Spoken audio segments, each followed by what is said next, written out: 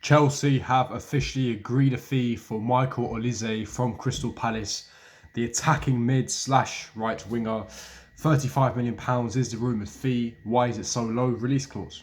Now, if it wasn't for the release clause, Chelsea would have had to have stooped at least 70 to 80 million pounds for Olise services because Crystal Palace would have demanded an extortionate fee. Again, the show continues. Show goes on, man. The show goes on. We got Romeo Lavia, and apparently the announcement could be today or it could be later this week. We haven't got the here we go yet. We're briefly discussing Romeo Lavia, but the main topic of this video is Michael Olise. Caicedo's been announced. Very heartwarming, wholesome video there with his mother in the boot of the car where they took the photo 3 years ago in 2020 back in Ecuador in his hometown.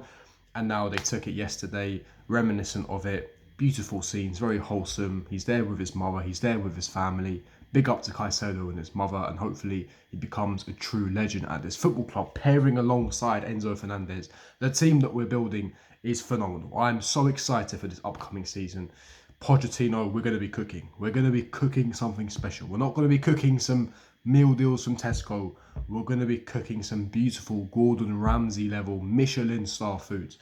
Regarding Michael Olise, around £35 million, just under the €40 million mark. This was initially broken by the French journalist Fabrice Hawkins, and then it was later confirmed today by Fabrizio Romano that here we go for Michael Olise, the green light.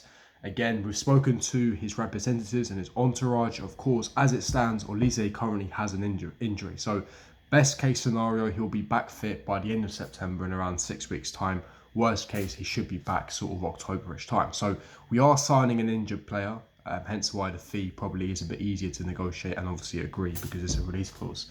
The medical still needs to be completed, so it's not a done deal, it's not been announced. The medical has been booked, so obviously he has to pass that. He's currently got a niggling injury.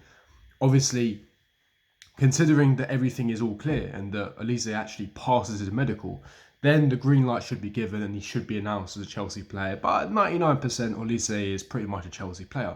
Again, how did this transpire? Now, Chelsea were actually interested in Olise throughout the whole summer. According to the Times report, Manchester City were also interested in signing Olise, but Chelsea have pipped Man City after apparently Michael Olise and himself and his representatives actually prefer Chelsea. Now, if the guys don't know, he's actually from the Cobham area. I believe he was once upon a time part of our academy as well, so he's got that history and ties with Chelsea.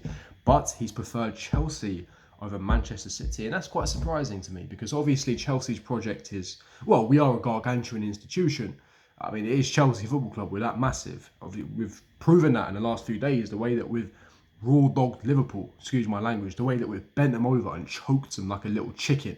Right, Liverpool forever in our shadow, with obviously Romeo Lavia and Caicedo. But Man City, of course, they're treble winners. Pep Guardiola himself is a Paul. So the fact that, he's picked us over Man City again proves that we're massive, but a little bit surprising considering Riyad Mahrez has made his way to Saudi Arabia. That right wing spot is pretty much clear for Olise, but he wants to come to the mighty Chelsea. And who doesn't? Who wouldn't want to come to the mighty Chelsea? So consider it done. It's not official. It's not been announced, but we got the here we go. Michael Olise will be coming. Now, any more incomings? Romeo Lavia, we briefly spoke about him. Another midfielder incoming after Caicedo's announcement. We definitely got the here we go soon from Fabrizio Romano regarding Romeo Lavia. In fact, apparently, we're even paying less than what Liverpool bid. Liverpool bid £60 million that was agreed by Southampton. That was the rumoured report. Chelsea have only bid £50 million plus add-ons. The reason why we haven't got the here we go is because Southampton want a bit more money up front. There's finer details that need to be ironed out. But once that's ironed out, bish, bash, bosh, here we go soon. Chelsea are, in fact, going to get their man in Romeo Lavia. And actually, I think Lavia has a higher ceiling than Moises Caicedo. Unpopular opinion, but remember this in years to come. Doesn't matter. We both got exceptional world-class talents. Of course, Enzo Fernandez already being a generational talent himself. That midfield that we are building is staggering. Lightning years ahead of what we can potentially have in 2-3 years.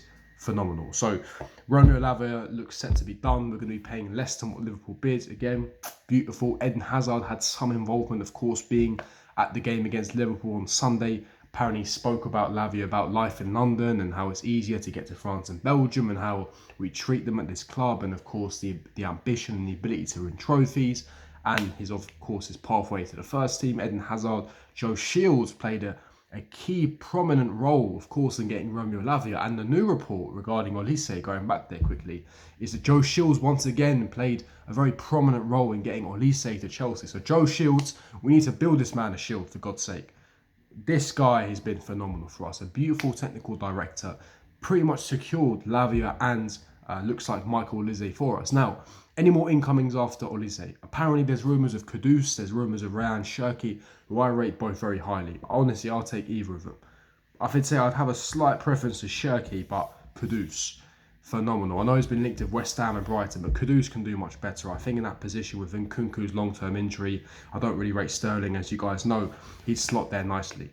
Link it up with Jackson. It's rumoured that we're not going to get a striker after Broly's returning from injury. We need to get a keeper to replace Kepa as well. So again, we're nearly, coming towards the end of that window, but things are looking bright at Chelsea. Looks like Olise is going to be done. Looks like Lavia is going to be done. Mwah, beautiful. But what do you guys think? Leave me your thoughts and opinions in the comment section below. Smash that like button, subscribe, hit the bell notification. And I'll see all of you guys for my next video. Peace.